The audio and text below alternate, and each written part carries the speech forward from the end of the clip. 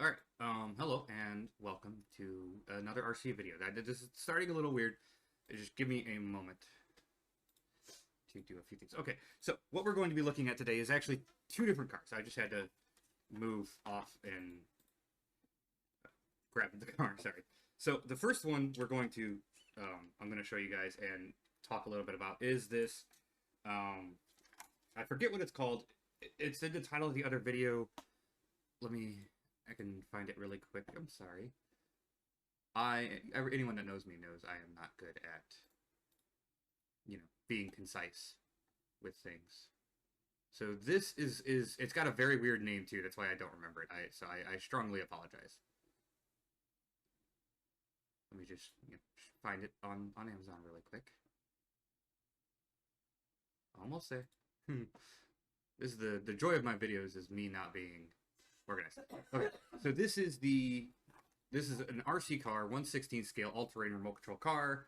It says 40 kilometers per hour, which I don't know the conversion. Let me set that there where you guys can't see it because it's too beautiful.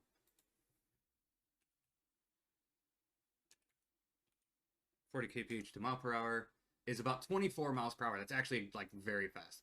But this is by EVA's Confuse. That's the brand that made this. I don't have the box with me, but it came in a nice little box, and it goes for $60 on Amazon.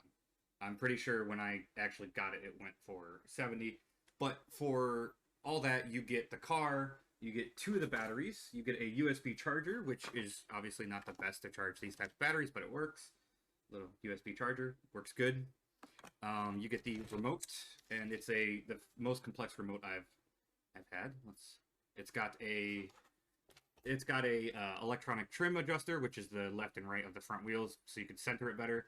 It's got a speed limiter, which at lowest speed, or at the lowest setting, apparently limits it to about a quarter of the max speed. So a quarter of 24 miles an hour. But what's that, like 6?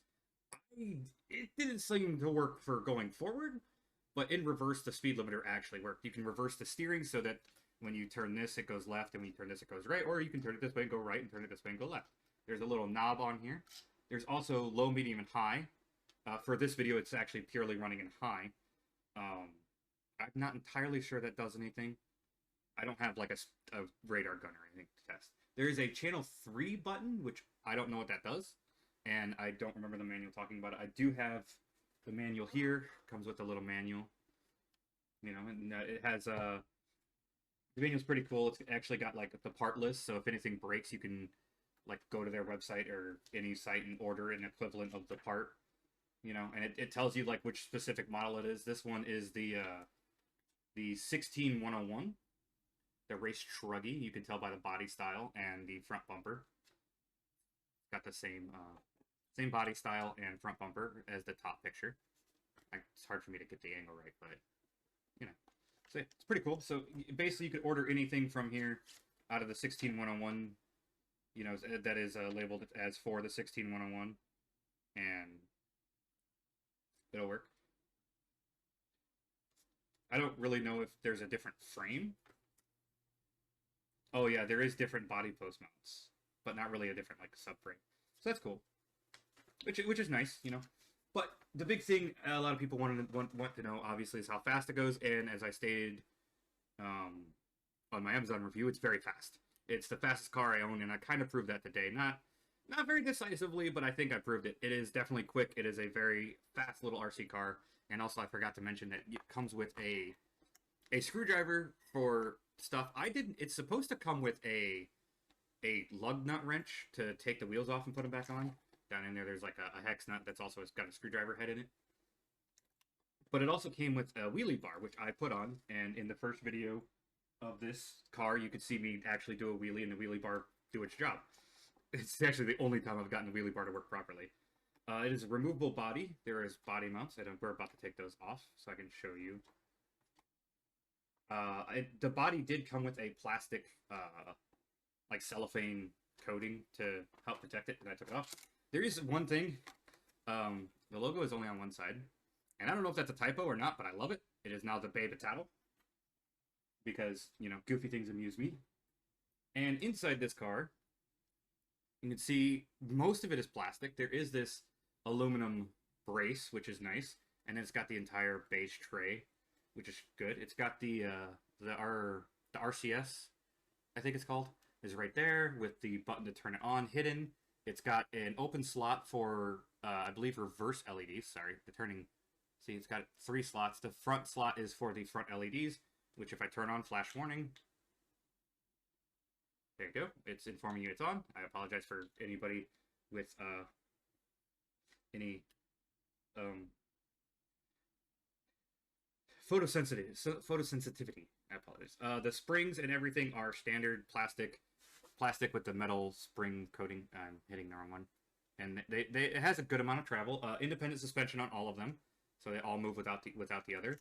It has the one big hefty motor that I don't remember what it is, and it's got the heatsink on the motor, which is pretty much common in every car. The steering servo is right here. There's the little arm. It can rotate quite far and freely. Well, it can rotate one side farther than the other, but we don't need to worry about that because when you turn it on, it will auto recenter the steering. There you go. It's on now, and let me turn it back off. You tap the button to turn it on, press and hold to turn it off. So even if you have a kid that's playing with it and pushes down the arm, which like sticks it inside, and you can't turn it back by hand, when you turn the car on, it'll instantly turn back. The connector, this is the first connector I've had of this type. The one on the car is the male end, obviously. That's how like they all are.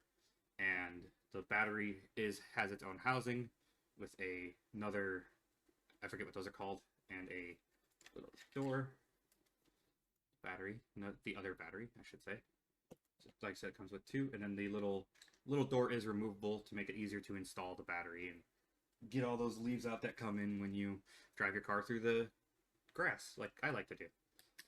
This car is very fast. It likes to bounce over like the low jumps and stuff. All in all, it's a very good car for $60, I would say. I would say for $60, it's an amazing car, and that's pretty much probably because it's the only one that I've actually spent 2 on. Oh, inside the steering knuckle, you can see in there's a little bit of shiny. There is a little bit of metal in there, which is nice.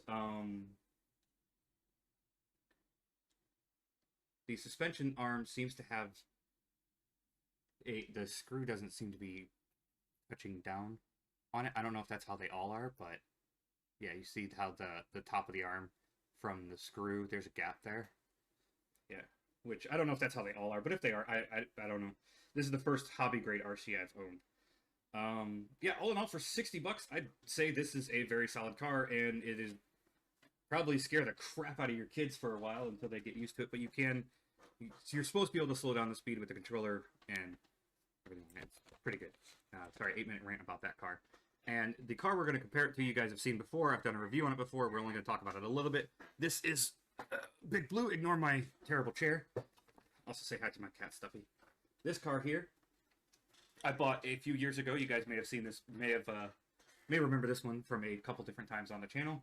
It is fully four-wheel drive, same as the other car, by the way. The other car is four-wheel drive, and this one has locked suspension, so the front 2 tires move at the same time, but it does have full steering. Ooh, it's heavy. And same in the back. It's got single shock, single shock system front and back, so there's only 1 shock on each side. There's no, like, I had one that had dual shocks when I was younger. You can't see my finger, there's my finger. But yeah, this thing is a mammoth, and if I compare it just to the body of the other car, like, it's huge. This thing is actually bigger than my head, which is surprising. I know, I have a big head. I am not going to take the body off of this car, because I don't know how. But I'm assuming it's pretty standard, new, bright, mostly plastic stuff, because it all looks mostly plastic. But it does have twin motors, 1 front, one rear, that's the back. One motor in the rear right here in this housing, and then it has another one up front. So it is a 2-motor system. And the only other main difference between the 2 cars is this little one has soft, squishy rubber tires, whereas this one has harder, more plastic rubber tires. I say more plastic. It's still rubber tires, but they are a much harder rubber. And that's pretty much it for me. I'm going to let the cars speak for themselves. I hope you guys enjoy this next segment. going to be fairly highly edited, except for the last run. And don't judge me, I was working multiple things at a time and not entirely paying attention to everything. I'm assuming going to have more cameras and maybe try and do it again in a better location, and maybe have a little bit more help next time. Thank you guys for watching. As always, have fun and enjoy.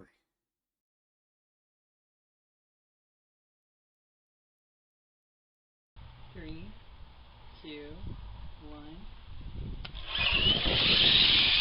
3, 2, 1.